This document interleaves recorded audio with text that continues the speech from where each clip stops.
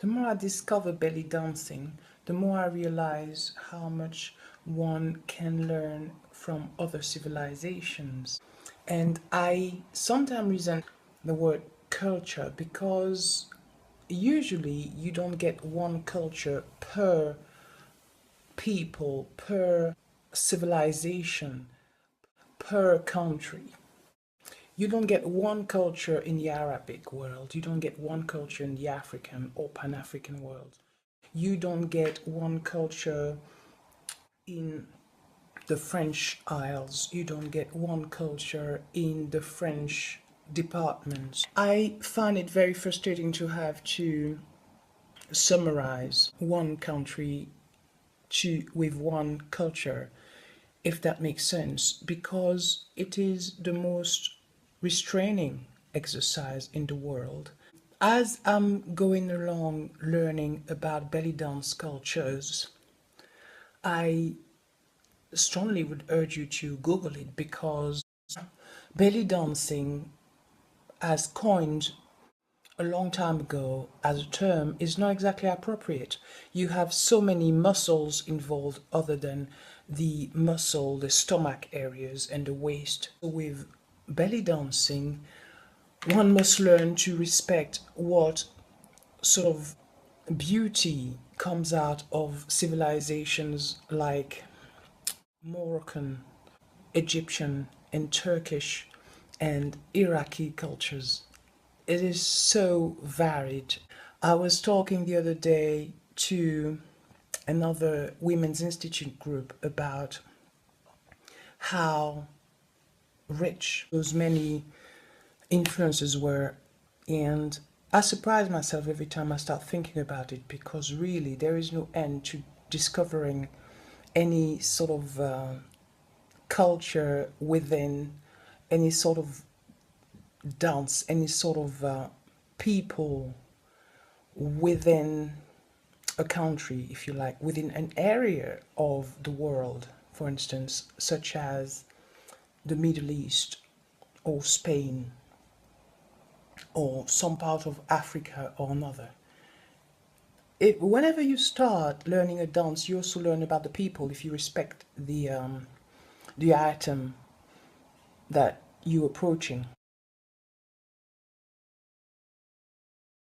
You could just go there and learn about the movements. That wouldn't just be enough because you wouldn't learn about the people, you wouldn't learn about the dance and why the dance came to be.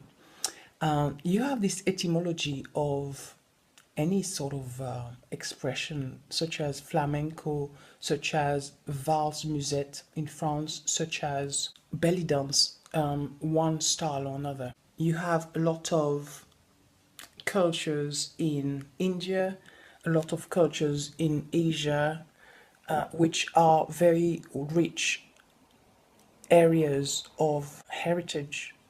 And it's a shame to just summarize everything with one movement or one set of movements or one term to globalize everything.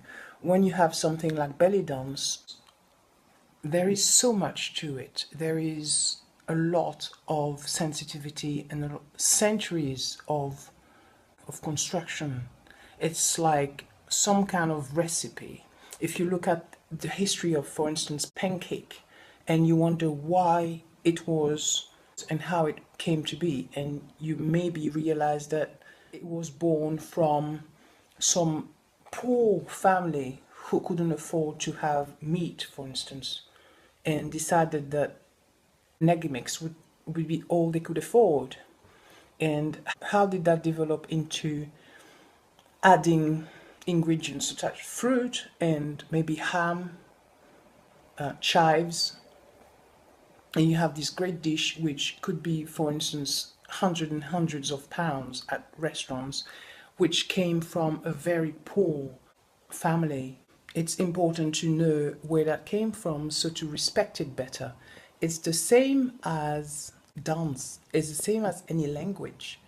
And in belly dance, it's been a passion for me because I've discovered so much about it, how it traveled the world, from Egypt, allegedly, to Morocco next door in North Africa, to Spain, to Turkey, to India, to China, and from China some influences were taken from there.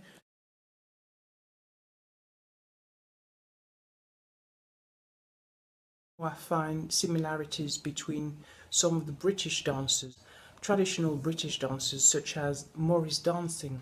Those movements with the sticks and the napkins and the towels, whatever cloth they use, are used in this Dabke dances in, I believe, Egyptian Dabke, for instance, far, far away by men traditionally.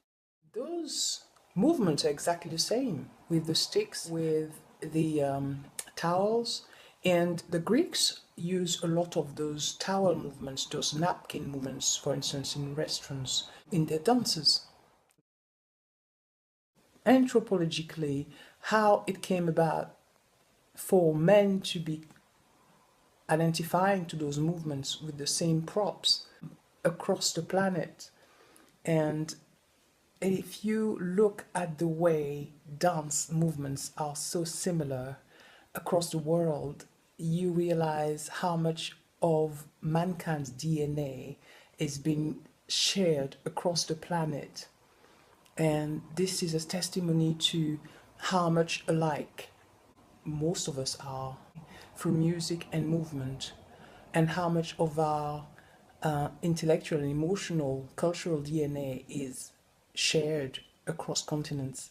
And this is one reason why dance is not just movement for me, it's also an exploration of mankind and philosophy and the history of man.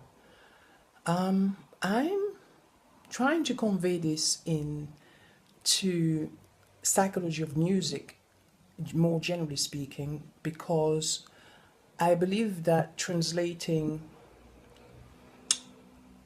quantification and identifying movement to music can be used to identify and quantify music and its effect on the mind, more or less. And it's also a very interesting journey, as I explained. I never quite get tired of exploring things in belly dance. And so when people have these prejudices about belly dance, they don't understand this much. They don't understand how it's shared, how much of its luggage there is, and how many traditions there are. And I wish people would just look up things on the internet before speaking out at times. Anyway, that's just I was getting a bit nostalgic about this because I still wonder about sometimes the anthropological issues in there. And if you're interested in the history of belly dance and its cultural impacts onto mankind, or the cultural impacts it actually received and how it was shaped across the world, you should research it on the web and talk to somebody like a belly dancer or somebody who does lectures about it. And I think it's a great, great experience because when I do women's institutes, for instance, they're always very nice people in the UK. I get to express how much in awe of this art form I am, and also about its history, and also get to share the techniques and the fun of it. If you take up belly dance, remember, or any dance, remember to sort of research a bit on it. It's always fascinating. Anyway, have a good evening. Take care. Bye bye.